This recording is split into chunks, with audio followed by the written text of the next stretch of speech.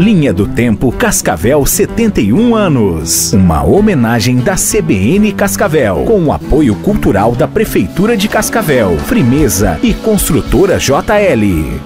Bem-vindos ao podcast Linha do Tempo Cascavel 71 anos, da CBN Cascavel. E a partir de agora, vamos contar a história da cidade.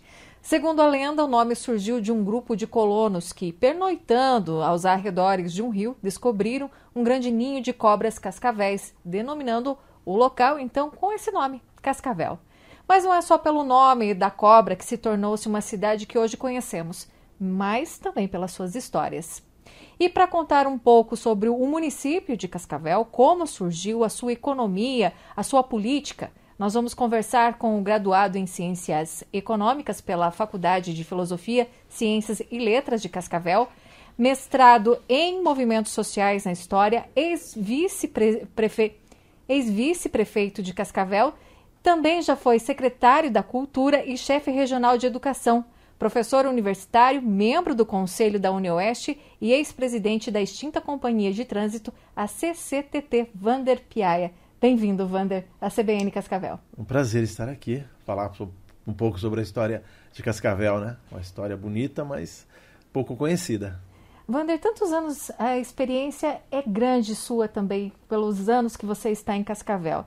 E a história do município é uma história de conflito também, não é uma história cheia de glamour. O que houve aqui? Uma revolta contra o governo? Conta um pouquinho mais para nós. A história de Cascavel é uma história, digamos assim, dramática, né? Porque você olha assim, parece que é uma história contínua de crescimento, de relativa paz social, mas não é. Já nos anos 20, nós temos aqui a formação de um QG dos rebeldes paulistas em 1924, a partir de agosto de 1924, que se instalam aqui num lugarejo que tinha uma meia dúzia de casas de caboclos, não de colonos, e eles tentam levar a revolução para o restante do Brasil. Fogem de São Paulo, são militares, e eles acabam sendo barrados de uma forma definitiva após meses de combates, né, nos finais de março, em Catanduvas, até onde eles haviam avançado. E, claro, nesse período houveram muitas mortes, houveram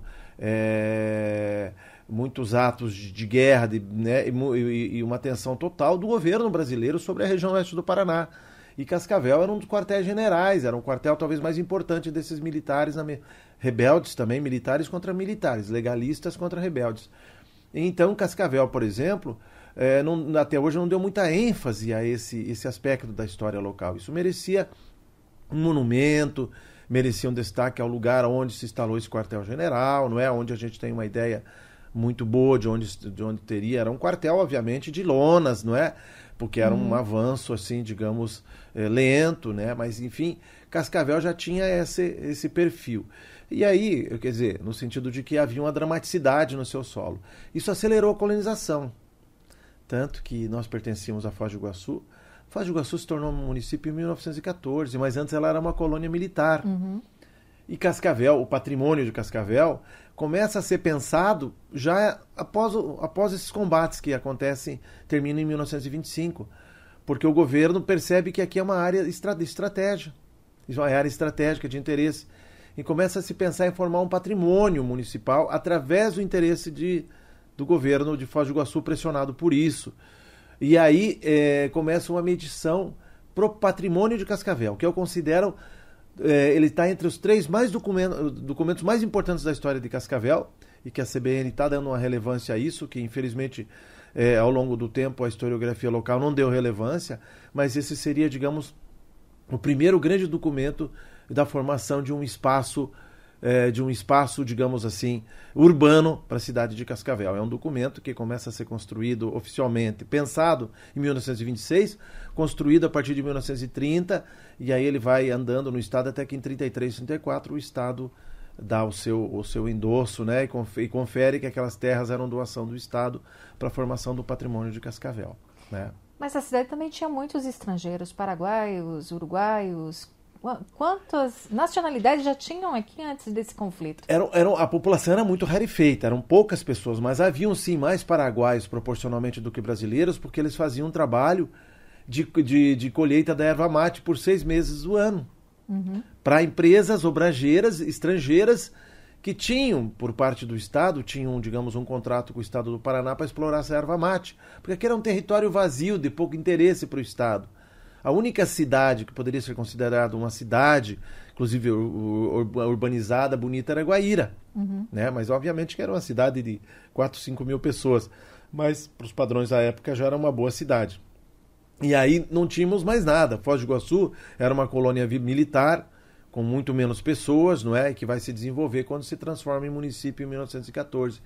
Então tem muitos, digamos, paraguaios aqui, em menor quantidade argentinos, porque eles eram a mão de obra para a colheita desta erva mate.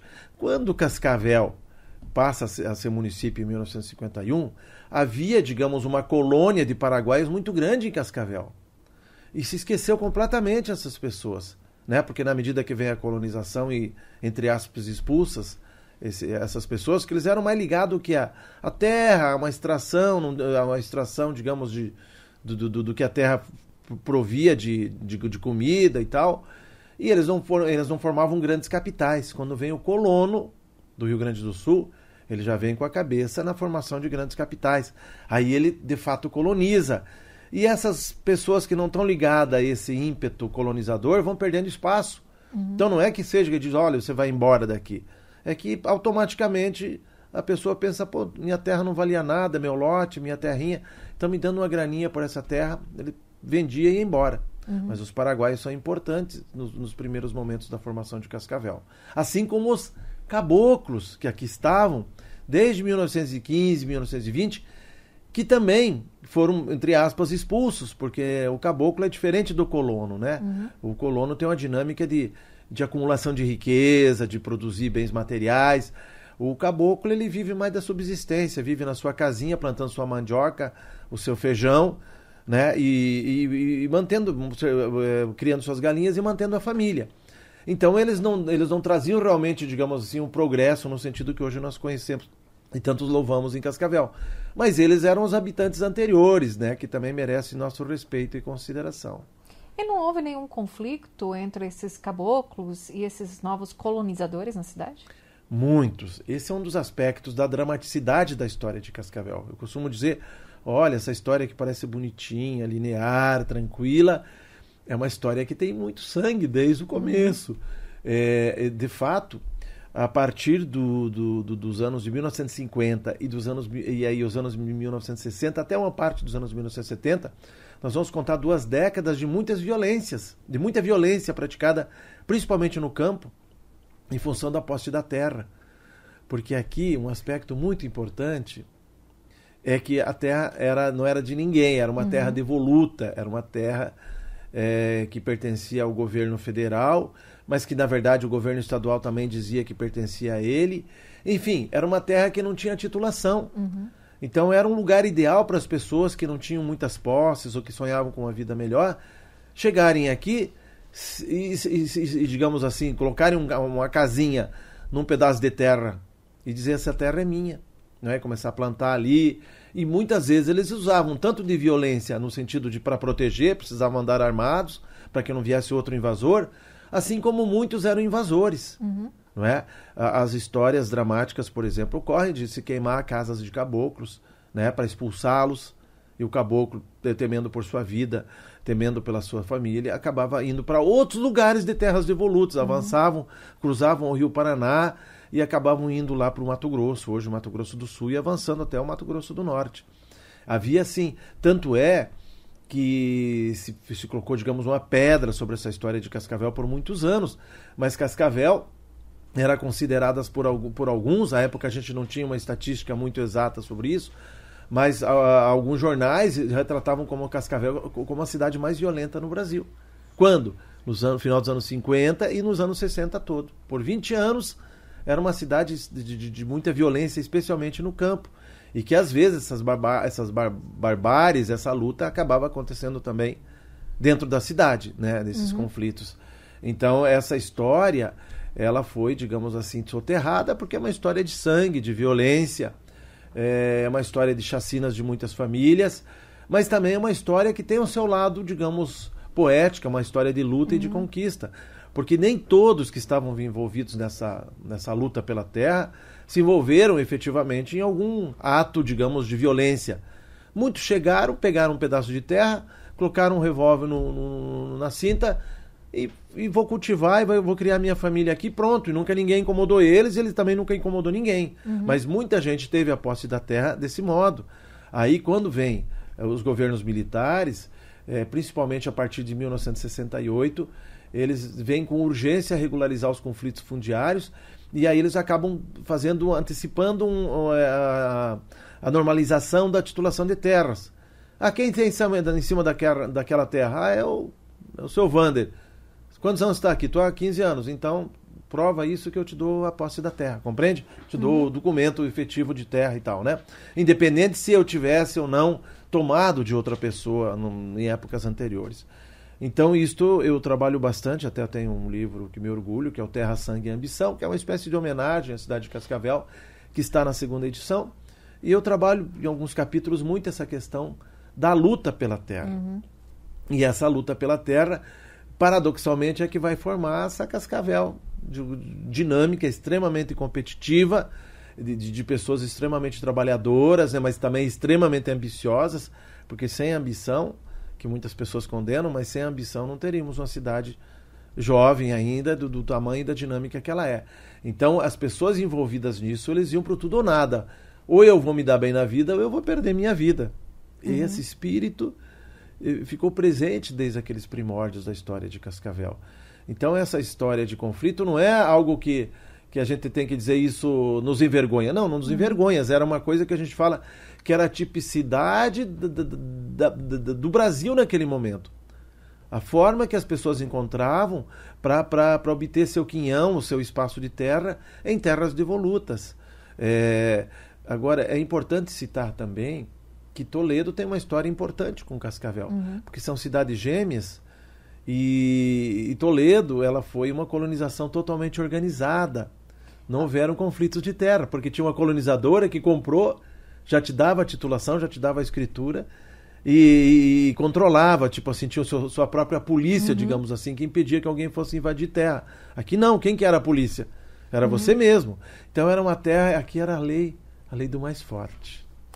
As pessoas falam com muito saudosismo, e quando você fala na década de 50, da madeireira que existia em Cascavel, que muitas famílias vieram para cá com o sonho de trabalhar, trabalharam, saíram, acabaram comprando suas casas. Alguns ainda moram no primeiro terreno que compraram, no centro de Cascavel, e a cidade foi crescendo e ainda se lembra dessa madeireira, Vander. Na verdade, são várias madeireiras. É importante se citar nesse assunto, porque o primeiro ciclo econômico de Cascavel foi a madeira. Foi o ciclo madeireiro. E nós tínhamos mais de 100 madeireiras, talvez muito mais, porque a maioria não era legalizada. Aquelas dos registros, em torno de 120 nos registros, digamos, né, no final dos anos 50, já eram muitas madeireiras, algumas realmente muito fortes. E então já havia, digamos assim, uma atividade, digamos, que era uma atividade industrial, na verdade, porque a madeireira faz o quê? Ela pega a madeira e transforma, ela tem que ter máquinas, então era indústria. O Cascavel havia uma indústria bem evidente, principalmente nos anos 60. Nos anos 60, as pessoas que aqui moravam relatam que era uma cidade com muita fumaça, pela queimada que tinha constante da terra, que estava se transformando, estavam extraindo a madeira, e daí queimavam para transformar em zonas agricultáveis, e também porque haviam muitas chaminés, muitas fábricas, todas à época eram uma máquina a carvão, então se queimava, se queimava o carvão, se queimava a madeira, e mesmo quando era diesel, e vinha toda aquela fumaceira pelas chaminés. Então era uma cidade, digamos assim, que tinha um ar mais pesado proporcionalmente do que tem hoje, porque havia toda essa fumaça, de uma poluição já antecipada na cidade. Mas as madeireiras foram realmente, elas estão no imaginário popular, porque as pessoas acordavam com o apito das madeireiras. As madeireiras apitavam, em todos os lugares da cidade tinha madeireiras, e elas apitavam. O bairro Cancelli, no qual nós vimos quando criança, ainda tinham madeireiras, e eu ouvi o apito dessas madeireiras, mas as madeireiras estavam na Neva, por exemplo, o bairro Neva é uma madeireira, o nome da Neva, no São Cristóvão, em todos os quadrantes da cidade você encontrava madeireiras, e no interior da cidade, que ainda não foi ocupado pelo espaço urbano, haviam muitas madeireiras também. em todas as zonas, digamos assim, de Cascavel, hoje ocupadas pelo soja, tinha muitas madeireiras. E aí, quando se extingue a madeira, né, é um outro aspecto importante, porque quando começa a se extinguir a madeira, muita gente achava que Cascavel iria acabar. E, de fato, houve assim, muitas pessoas que começaram proporcionalmente a sair de Cascavel para buscar novos espaços em outras áreas madeireiras. O Mato Grosso, principalmente, quer dizer, o norte do Brasil, depois se estendendo para Rondônia. Mas muitos continuavam chegando aqui também, porque nesse momento Cascavel já tinha uma atividade comercial intensa, ela já estava gerando muito emprego. E essa atividade comercial era decorrente justamente do fato de haver muito dinheiro, a madeira fez muito dinheiro aqui, e muita gente pegava esse dinheiro e acabava aplicando também em casas comerciais que se estabelecendo ao longo da Avenida Brasil, da Rua Paraná, da Rio Grande do Sul, da Avenida Carlos Gomes. E isso tornou, digamos, na virada dos anos 60, Cascavel já era o grande polo comercial do oeste do Paraná. Então, aqueles pessimistas já achavam, acabou a madeira, vou embora porque não dá mais nada, Cascavel não vai crescer mais. Mas outros falaram, não, mas isso aqui é um centro comercial, ele não tem mais a madeira, mas tem um centro comercial e está crescendo. Eu tinha já as revendas de veículos, tinha revenda de máquinas agrícolas, tinha revenda de adubos, inseticidas, ou seja, tudo aquilo que as pessoas do campo precisavam, eles começaram a adquirir em Cascavel. Então, isto acabou fazendo com que a cidade continuasse a crescer. E também, junto com esse digamos, fortalecimento do comércio em Cascavel, que já acontece já na metade dos anos 60, já fica evidente para quem morava aqui na região que Cascavel já era o polo comercial mais forte. Que é aqui que as pessoas vinham, que elas achavam mais coisas para comprar. Pessoal de Foz do Iguaçu, pessoal de Toledo, de Guaíra, de Laranjeiras. Opa, quero comprar um carro tal, lá em Cascavel tem uma revenda. Quero comprar tal coisa, Cascavel tem. Mas havia também no campo uma outra revolução, né? Já tinha sido pacificado o campo com essa titulação de terras dadas pelos governos militares no final dos anos 60 e começo dos anos 70. E aí estava acontecendo uma revolução agrícola no Brasil, que era a modernização da agricultura. E o oeste do Paraná era um campo, digamos assim, era fértil, a mente das pessoas era muito aberta para essa nova agricultura. Porque aquelas pessoas que estavam, digamos, só para você entender, nas regiões coloniais do Rio Grande do Sul, que se fazia o mesmo tipo de agricultura por 3, 4 gerações, era mais resistente. Aqui não, a pessoa abriu a madeira, eram pessoas que queriam, digamos, um modo de vida novo, eles eram muito abertos, digamos, a essa nova cultura, digamos, a modernização. Então Cascavel começou a modernizar muito cedo. Depois que se tiraram as árvores, o que nós vamos fazer agora com essa terra? Agricultura. Surge no momento certinho um processo de modernização da agricultura com um grande financiamento por parte do governo federal, com subsídios pesados.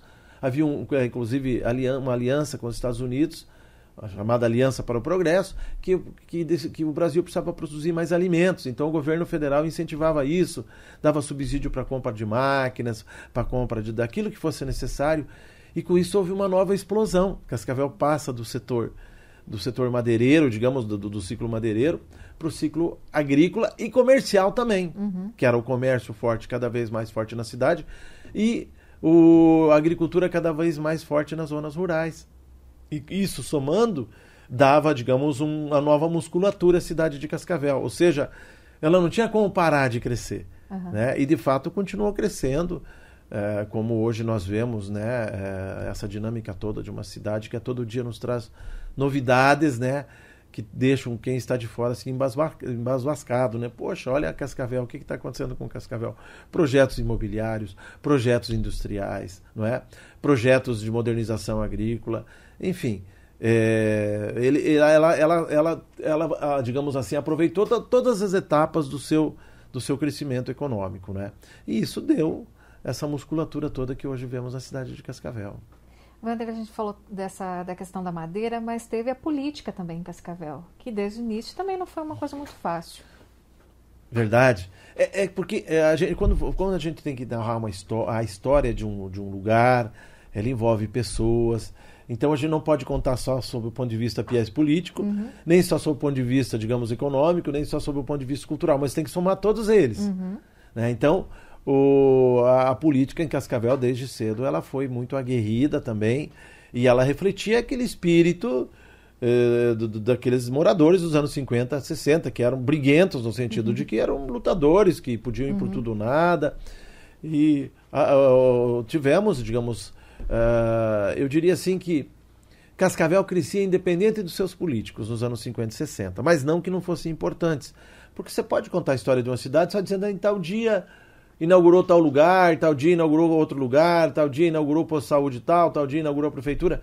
Isso é um aspecto importante, mas ele não conta a totalidade da história, né?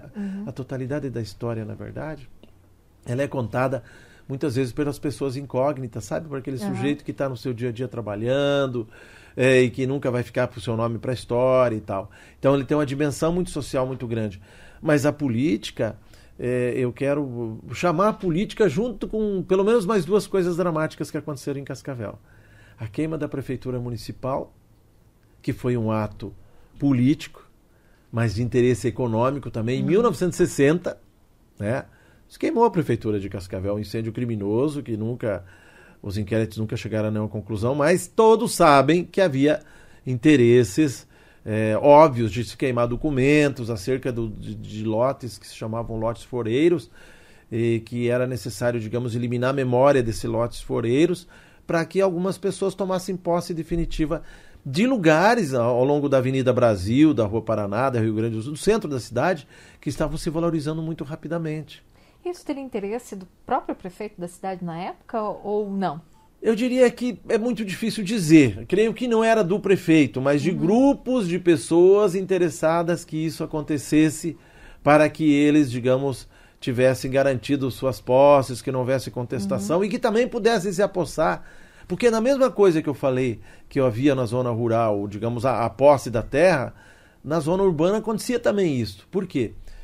Porque é interessante, nem todo mundo sabe, quando você chegava em Cascavel nos anos 50, com a tua família vindo com um caminhão, com uma carroça, e se você chegasse ali no prefeito e falasse, estou com a minha família, prefeito, eu preciso de um lote para morar, o prefeito te dava um lote. Diferente, por exemplo, de Toledo, que você tinha que comprar um lote de uma colonizadora. Né? Você podia estabelecer em Toledo, mas você tinha que ter um dinheiro mínimo. Em Cascavel você não precisava. Você pagava um documento chamado selo, que é um documento de registro, mas não pagava o valor do imóvel, compreende? Então, esses lotes foreiros era interessante porque ele te dava o quê? Ele te dava a garantia de que ninguém ia te tirar daquele lote, mas não te dava a escritura, você não podia comprar e vender. Na prática, as pessoas compravam e vendiam por contratos de gaveta. Mas imagina, onde é que estavam esses lotes? Onde era o centro da cidade. Não tinha vilas ainda, né? Muitos lotes da Avenida Brasil, hoje, que tornaram pessoas, famílias milionárias, são lotes foreiros. Foram lotes que eles, entre aspas, ganharam, pagaram pequenas taxas e ganharam da prefeitura nos anos 50. E hoje são os pedaços milionários da cidade. E aí o que aconteceu, só para fechar? Muita gente, quando começou já o incêndio da prefeitura, tem a ver com esses lotes foreiros, porque queimando documentos impedia confirmar se aquele lote era meu, por exemplo. Eu estava em viagem, ou era uma família mais simples, não conhecia os mecanismos da lei para ir atrás. Chegavam mais fortes e diziam, não, esse lote é meu, não é seu. Entendeu? Cadê o documento? Não tenho. Cadê? Então, queimou na prefeitura, não tenho. Tá aqui. Então acontecia muito esse tipo de grilagem urbana também em Cascavel. E as famílias não tinham nenhuma referência dentro de casa para dizer que aquilo era dela também. Porque alguns tinham, mas outros não, porque também era uma cidade, vamos usar uma expressão, pro bem e pro mal, uma cidade de aventureiros. Naqueles anos, Cascavel era uma cidade de aventureiros. Não era uma cidade que as pessoas achavam que iriam ficar a vida toda, que se formar uma bela cidade. Era uma cidade de passagem, mas a pessoa ia ficando na medida que o quê? Que ia ganhando dinheiro aqui, ficando mais rica, ia estabelecendo. Mas a ideia deles, diferente de quem ia para Toledo, por exemplo, era se manter lá. Porque Toledo reproduzia o mesmo padrão colonial das cidades do oeste do Rio Grande do Sul, que vieram essas famílias, que foi de lá que eles queriam, porque as famílias que eles queriam vender eram para italianos e alemães daquela região do Rio Grande do Sul. E quem vinha a Cascavel era o aventureiro mesmo. Era o sujeito que era pro tudo ou nada, como eu falei, sabia dos riscos, podia ficar rico, podia ficar pobre, podia continuar pobre, podia perder a vida, né? Tanto que muita gente não ficou. Tem relatos de muita gente que chegou aqui e falou, não vou colocar minha família nessa terra de ninguém. Muita gente voltou para trás por causa disso, não é? Mas era uma característica da cidade nesse período, né? Então, isso desencadeava, claro, uma série, digamos assim, de conflitos. Por exemplo, né, para fechar a questão política, mas que tem que ver com outro ato dramático, em 1967 incendiaram o Fórum de Cascavel. Né? Só dizer para o professor Wander, mas houve um inquérito confirmando isso? Não, de fato não houve, mas eu estou afirmando pelas minhas fontes orais, por anos de pesquisa, né? Não é uma afirmação leviana. Assim como incendiaram a prefeitura, daí incendiaram o fórum. Porque também todos aqueles conflitos que porventura não foram resolvidos à bala lá na terra, mas que geraram um conflito jurídico, estava tudo depositado no fórum, compreende? Então, para muita gente, interessava queimar aqueles processos que estavam andando de quem que é o dono da terra, quem que não é.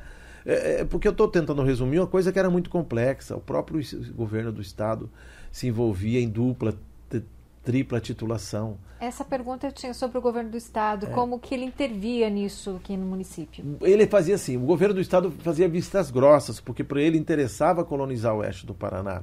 E o oeste do Paraná ia apresentando resultados econômicos positivos, as cidades iam crescendo e ia gerando o quê? Gerando imposto no comércio, né?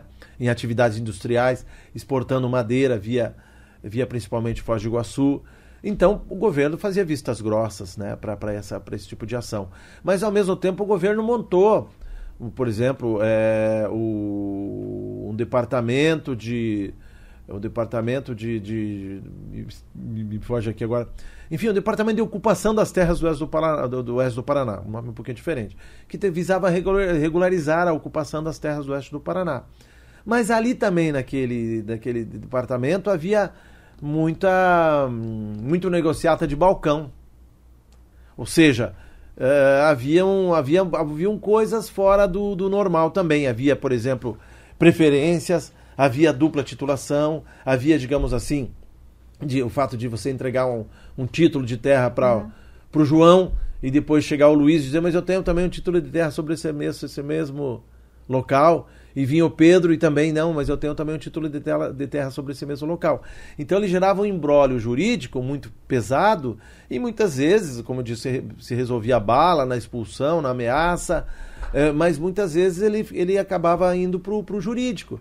Então isto, com a queima do fórum em 67, muitos desses processos se perderam, que era um processo seríssimo sobre posse da terra, sobre violência na terra. Então, você tem, digamos, junto com uma regularidade política, você tem os elementos contrários, digamos, à lei e à ordem, né? Que eram esses sujeitos que não tiveram nenhum pudor, por exemplo, em incendiar, né, o fórum, incendiar a prefeitura de Cascavel. Isso demonstra, na verdade, aquilo que nós começamos, né? O caráter dramático da história de Cascavel. Então, não é...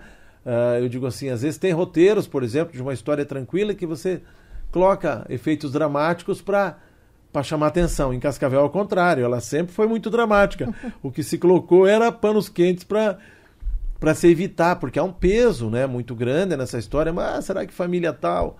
Como é que ela ficou rica de repente? Como é que ela tem tantas terras? Vieram com a mão na frente e outra atrás? E isso resultava em perguntas incômodas, né? Claro que isso já fazem 50, 60 anos, 70 anos. Mas é uma história bonita. Mesmo nessa dramaticidade, ela é uma história muito bonita, porque a cidade conseguiu se superar. Ou seja, ela conseguiu se tornar muito civilizada, né? Se você olhar os anos iniciais, mais parte daquela dinâmica, daquela luta, daquela vontade de crescer, de ficar rico, daquela ambição, ela se manteve, está no espírito de Cascavel ainda hoje. Não pensem que Cascavel o que é, pura e simplesmente porque as pessoas daqui, de uma hora para outra, resolveram isso. Não, porque está no gênese, está na história da própria cidade. Isso é como a nossa história pessoal. Tire a nossa história pessoal e nós perdemos a nossa identidade. Uma cidade também tem isso. Isso vai se transmitindo de geração em geração. Esse aspecto da riqueza e também da ostentação já acontece nos anos 60. A pessoa de uma hora para outra fica rica, ela já começa a ostentar, já quer uma casa maravilhosa, já contrata um arquiteto, um engenheiro de fora, não sabe nem falar direito, nem escrever. Mas não é nenhum demérito, o que eu quero dizer assim, e que de repente veio de um lugar que nunca teve nada e de repente aqui fica rica. Aí quer ostentar, quer ter um carrão, melhor carro da época, né? E isso ajudou muito a cidade. Isso ajudou muito na formação do caráter da cidade. Tanto que a cidade é extremamente crítica. A cidade é extremamente, digamos, competitiva, mas crítica também. Ser um prefeito, ser um gestor, eu que já passei por isso, já fui vice-prefeito, já assumi o cargo algumas vezes, a cidade é extremamente crítica. Ela não perdoa nada, sabe? Ah, tá bom, não tá bom, eu quero mais ainda. Ah, mas o bairro tá legal, não, mas ele podia estar melhor ainda, tinha que ter uma pracinha aqui. Agora tem a pracinha, não, mas agora nós precisamos de uma, sei lá, de um centro com piscina, não sei o quê. Entende? Então, assim, isso é bom, porque faz a cidade andar muito esse nível crítico de exigência. Eu sei porque ao longo dos anos você vai frequentando outras cidades, você fica temporadas em outros lugares, e você não percebe, claro, há exceções, mas você não percebe esse grau de exigência que o cascavelense exige, né? De modo geral, em outras cidades se contentam com muito menos, né? De modo geral. Então, aqui não. E isto vem da onde? Vem de um processo anterior ainda, de um grau de exigência que tínhamos daquela competição, daquele espírito de luta, daquela vontade de ter que fazer melhor que o outro para poder vencer na vida, né? Então, se reflete na nossa cidade ainda hoje. Evander, como que você vê a cidade futuramente? Você que já foi vice-prefeito de Cascavel, já teve algumas secretarias, como que você vê o município? Como economista e historiador, né, a gente tem que olhar o seguinte, às vezes uma cidade está em pleno crescimento, mas ela está com o seu horizonte estreito, no sentido de que ela não tem para onde crescer, digamos, né? Não digo nem geograficamente, né? Eu quero dizer assim, porque de repente aquele setor que faz a cidade crescer está parando, ou não vai ter crescimento lá na frente por causa da tecnologia, alguma coisa assim. Não é o caso de Cascavel. Cascavel, em todos os setores, é porque ela tem uma cidade muito equilibrada no seguinte sentido. Nós, economistas, dividimos a produção em 3 setores. O setor primário, que é o setor, digamos, daquilo que vem do campo, da agricultura. O setor secundário, que é o setor das indústrias, né, da transformação. E o setor terciário, que é o setor dos serviços. Bancos, hospitais, universidades. Em todos eles, você vê um grande espaço para crescer de Cascavel. Então, digamos, ela não está com o horizonte aqui, digamos, está chegando num ponto crítico. Não, ao contrário. Ela tem, assim, não há perigo econômico no horizonte de Cascavel, porque ela tem esses 3 setores, e os 3 setores são muito dinâmicos. Veja, por exemplo, o setor primário, representado, digamos, uma coisa assim, sintomática, não um show rural. Na verdade, ele representa, numa cooperativa, como a Copavel, eles representam a pujança desses setores, né? Você veja o setor secundário, dizer que Cascavel não tem indústria, entre aspas. O setor secundário está crescendo cada vez mais e cada vez está fazendo mais peso na economia regional. Agora mesmo, a prefeitura está se vendo pressionada a abrir mais uma grande quantidade de lotes, digamos assim, industriais, na região ali da Ferroeste, e já tem uma fila enorme de empresários querendo aqueles espaços, não é? E no setor da prestação de serviços, nem precisa falar da quantidade de clínicas, de restaurantes, enfim, de áreas assim que demanda mão de obra humana, né? Que vão crescer, bares, restaurantes, eu já disse, né? Enfim, todos esses setores que exigem esse tipo de atividade humana estão em franco crescimento na cidade. Vão se abrindo bairros, monta-se mais uma loja de roupas, mais uma loja de bebidas, mais um restaurante, mais uma lanchonete, mais um teleentrega, então a economia de Cascavel ela está em franco crescimento ainda. Se a gente falar, ela já atingiu, não, ela tá na sua juventude. Então, assim, o Cascavel, para se tornar uma metrópole, não tem nenhum obstáculo, e ela vai chegar a esse ponto por todos esses fatores e outros que a gente abrevia nessa conversa, mas que ela própria dinâmica da sua população. E o próprio setor público agora se modernizou, no sentido de que o setor público ele tem a cada vez mais dado respostas rápidas, porque tem esse problema também. Às vezes a cidade ela tem muitos os seus atores, né, os seus empresários são muito dinâmicos, mas o meio, digamos, público não ajuda. Não faz novas avenidas, não faz novas ruas, não faz novos espaços, digamos, daí não adianta, daí esses empresários vão buscar outros lugares. Então o poder público tem cada vez mais se ajustado, ele tem dado respostas muito positivas a essas demandas também. Então eu poderia dizer, isso seria um problema, que poderia fazer com que Cascavel parasse de crescer. Não, esse problema não está acontecendo em Cascavel, ou seja, o setor da gestão pública tem correspondido a isso também. Portanto, né, as pessoas que nos ouvem, Cascavel não há nenhuma tempestade se avizinhando no seu horizonte econômico, ao contrário, né, uma cidade que vai continuar recebendo investimentos, e quem investir em Cascavel vai ter sucesso, né? Obviamente que todo investimento tem seu grau de risco, né? Isso é do mundo do capital, mas é uma cidade que realmente tem razão de ser uma das melhores cidades do Brasil para investir. Wander, eu agradeço a sua participação no nosso podcast nesses 71 anos de Cascavel. Muito obrigada pela sua presença. É um grande prazer falar na nossa querida cidade. Obrigado a vocês. E esse foi o podcast Linha do Tempo, Cascavel, 71 anos. Linha do Tempo Cascavel 71 anos. Uma homenagem da CBN Cascavel, com o apoio cultural da Prefeitura de Cascavel, Frimeza e Construtora JL.